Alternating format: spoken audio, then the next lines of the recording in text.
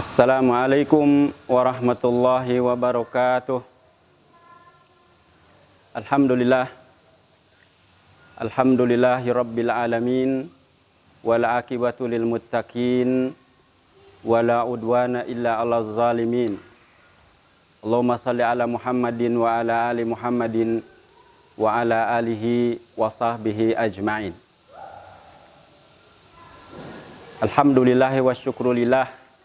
Kita bersyukur pada Allah Subhanahu wa Ta'ala yang senantiasa melimpahkan rahmatnya kepada kita semuanya.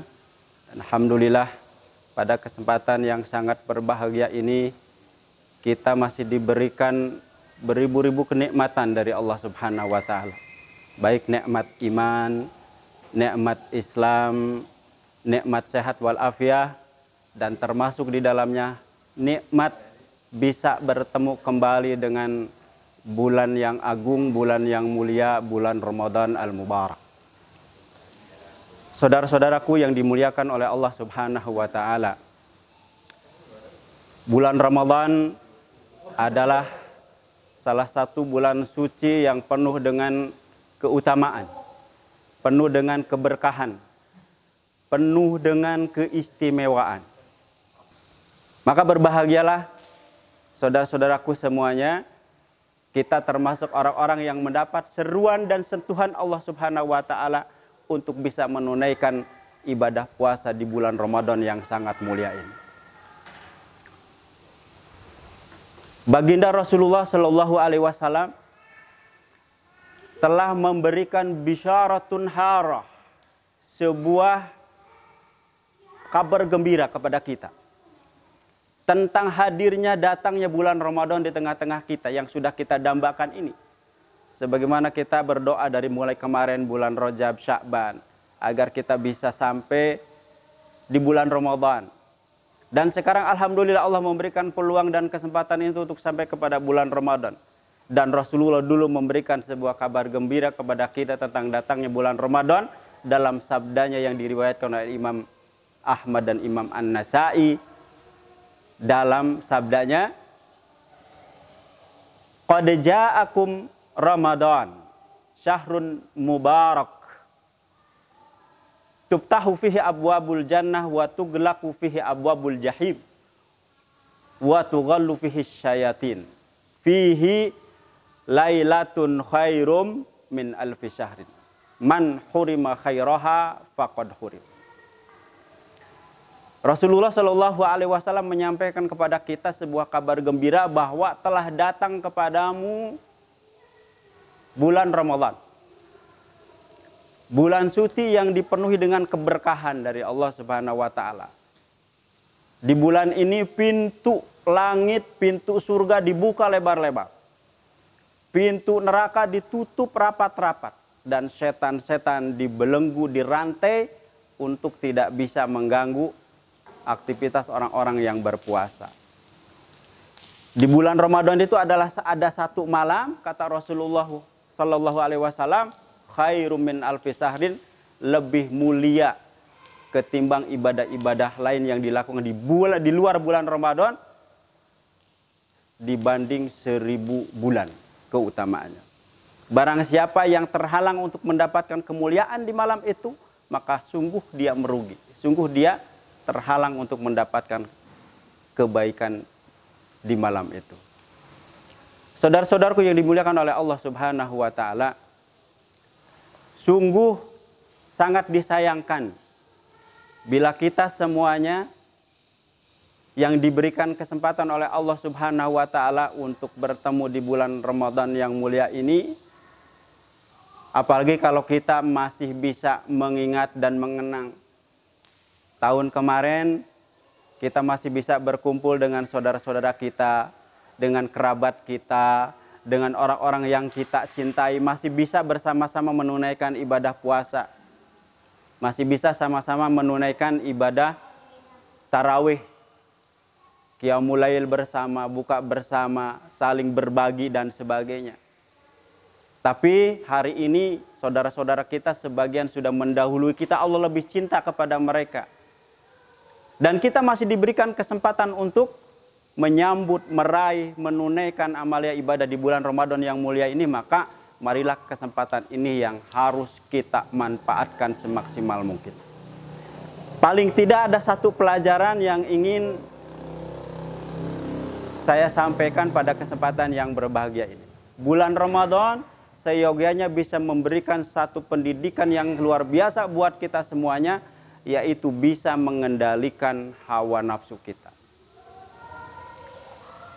Saudara-saudaraku yang dimuliakan Allah, sebagaimana definisi as-saum yang sudah pernah kita sampaikan, yang sudah kita bahas dan pelajari sebelumnya, ya secara bahasa bahwa puasa itu maknanya artinya al-imsak, yang berarti menahan diri. Sedangkan secara istilah menurut para ulama, as-saumu huwa al-imsak anil mufattirati min tulu'il fajri ila ghurubi syams. Puasa adalah beribadah kepada Allah Subhanahu wa taala dengan menahan diri kita dari makan dan minum dan dari hal-hal yang bisa merusak, membatalkan ibadah puasa kita dari sejak keluar fajar sampai terbenam matahari datangnya waktu maghrib.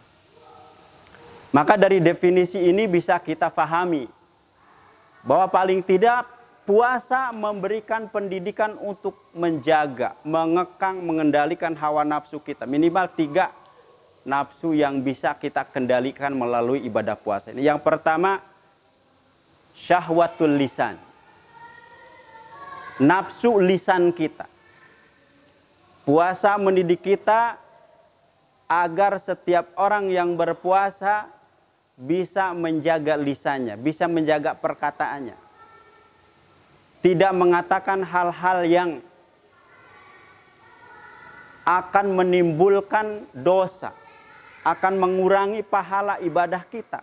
Tidak berbohong, tidak berdusta, tidak menggunjing, tidak memfitnah, tidak hasad, tidak iri, tidak ria, tidak ghibah, dan tidak mengucapkan atau mengatakan hal-hal yang bisa menyakitkan orang lain. Bahkan luar biasanya Rasulullah Shallallahu Alaihi Wasallam memberikan sebuah pelajaran kepada kita. Hebatnya orang yang berpuasa ini jangan-jangan mengatakan sesuatu yang tidak baik. Seandainya ada orang lain yang mencaci kita, menyakiti kita, menzolimi kita sekalipun, orang yang berpuasa akan mengatakan, inni shaim, saya sedang berpuasa. Maka oleh karena itu, sungguh kalau kita masih berpuasa tapi masih mengucapkan kata-kata yang tidak bermanfaat, sungguh ini akan merusak ibadah dan puasa kita. Baginda Rasulullah Shallallahu Alaihi Wasallam menyampaikan sabdanya, mengingatkan kepada kita semuanya yang berpuasa yang harus menjaga lisannya dengan hadis sabdanya, man lam yada' qauluz zuri wal amala bihi falaisa lillahi hajatun fi an yada'a ta'amahu wa syarabah. Sungguh kalau seseorang tidak bisa mengendalikan lisannya, tidak bisa menjaga perkataannya, masih berbohong, masih berdusta, masih menggunjing dan sebagainya, sungguh Allah Subhanahu wa taala tidak akan mempedulikan lapar dahaganya selama seharian jeput. Artinya pahala ibadah puasanya berkurang, bahkan bisa habis. Saudara-saudaraku yang dimuliakan Allah, yang kedua, puasa seyogianya bisa menjaga, menahan, mengendalikan diri kita dari syahwatu al-batan, dari nafsu perut kita. Bukankah kita dari mulai fajar sampai maghrib nanti kita menahan diri untuk tidak makan, menahan diri kita untuk tidak minum, tidak mengkonsumsi hal-hal yang bisa membatalkan puasa kita, walaupun makanan itu milik kita sendiri, minuman itu milik kita sendiri, halal dan ada di rumah kita, tapi karena kita berpuasa, kita tahan rasa lapar kita tahan rasa dahaga kita karena Allah Subhanahu wa ta'ala. Satu hal yang ingin saya tegaskan, bahwa Allah Subhanahu wa ta'ala menggambarkan larangan untuk merusak, ya, atau larangan-larangan kemaksiatan itu, dan menggambarkan sumber kemaksiatan yang sering terjadi ini gara-gara seseorang itu tidak bisa mengendalikan nafsu perutnya. Maka dalam Al-Quran sering kita dengarkan, sering kita baca gambaran Allah Subhanahu wa ta'ala agar kita tidak memakan harta orang lain, tidak memakan harta anak yatim dan sebagainya. Maka orang yang berpuasa dididik, dibina untuk bisa menjaga nafsu syahwat perutnya, sehingga dia tidak memakan sesuatu yang haram.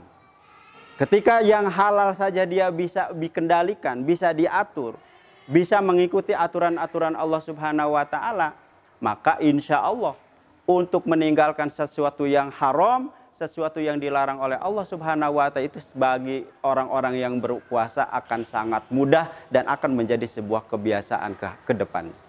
Yang ketiga, syahwatul farj. Orang yang berpuasa dididik untuk bisa melatih, menjaga, mengkondisikan syahwat biologisnya.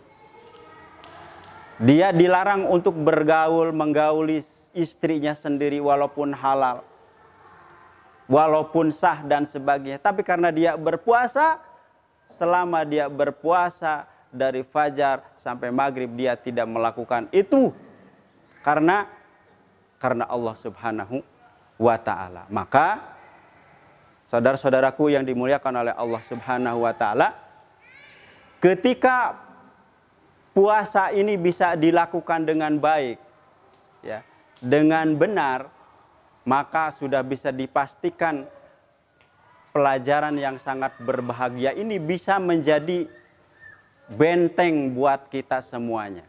Dan puasa ini menjadi benteng yang kokoh, yang kuat, agar kita tidak terjerumus kepada hal-hal yang tidak dibenarkan dalam syariat Islam. Kata Rasulullah SAW, asyamu junnah. Puasa itu adalah tameng dan benteng yang kokoh dari perbuatan-perbuatan yang keji, dari aktivitas-aktivitas yang akan mendatangkan kemadorotan buat kita semuanya. Saya ingin mengakhiri kultum pada kesempatan ini. Ada sebuah perkataan Imam Ibnu Qayyim mengatakan bahwa orang-orang yang berpuasa itu adalah orang-orang yang mampu menjaga lisannya untuk tidak mengatakan hal-hal yang tidak bermanfaat. Orang-orang yang berpuasa ini adalah orang-orang yang mampu menjaga perutnya untuk tidak mengisi kebutuhan perut dan kehidupannya dengan hal-hal yang haram, hal-hal yang dilarang oleh Allah Subhanahu wa ta'ala.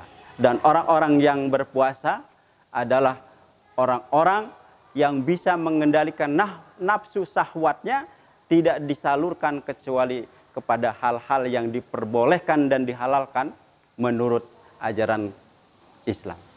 Hadirin yang dimuliakan oleh Allah Subhanahu wa ta'ala, semoga Allah Subhanahu wa ta'ala menerima seluruh rangkaian amalia ibadah kita, saum kita, tilawah kita, tarawih kita, dan amal-amal soleh yang lainnya.